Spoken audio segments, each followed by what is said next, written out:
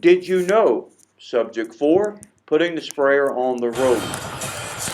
If you've ever followed a sprayer on the road and you see all the blinking lights and you do all that stuff, after a few minutes, those lights don't really mean much. You just kind of tune them out.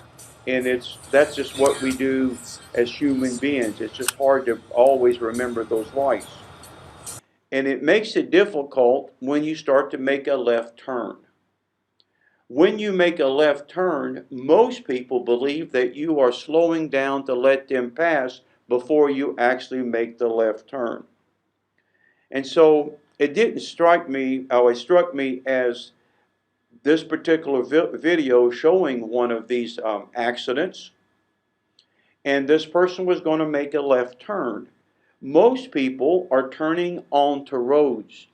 You and I, in this particular, in ag, are making left turns more often than not onto lanes. And as you'll see here in just a second, this person was going to make a left on this piece of concrete that went into the field. Nobody that's driving behind you would ever think that that's going to be your left turn.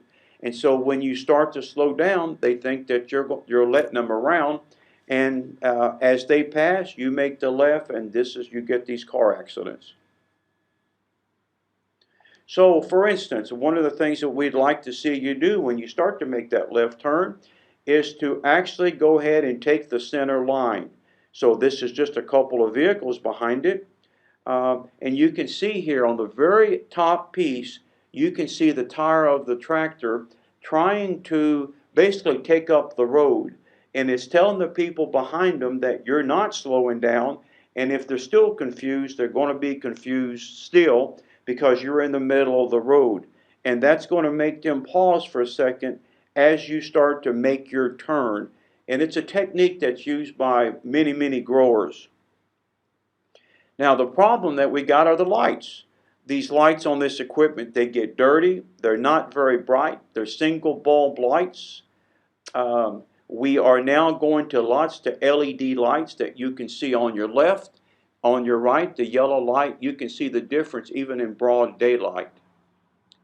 So what we've been trying to do here is to be able to put actually an arrow, and for about 40 bucks, we set this one up on the bottom, and you can see it on the bottom of this on the left sprayer. And so it's a way of still trying to communicate to the public about what we're doing on the road and our ability to make left turns.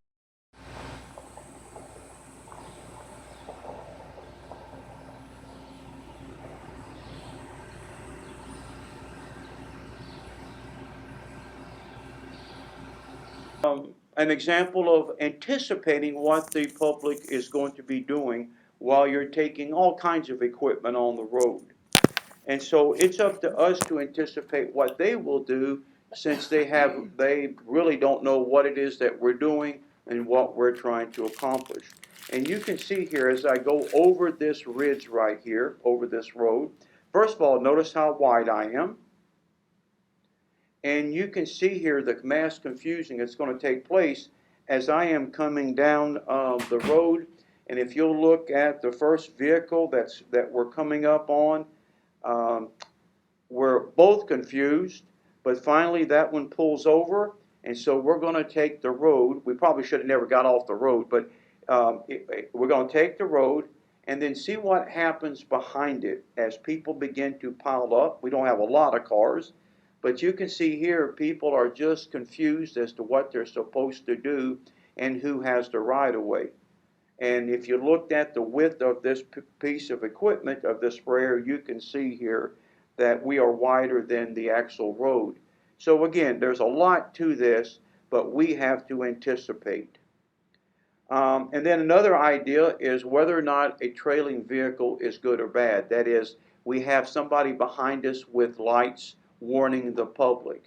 Is a general consensus that this is no longer a good idea, because cars that are approaching this now now have two vehicles to deal with. Not right or wrong, some people still prefer to have that. So did you know that putting a sprayer requires a lot of skill? what we have is a publication that we will provide to you that will show you some of the details that we are talking about here.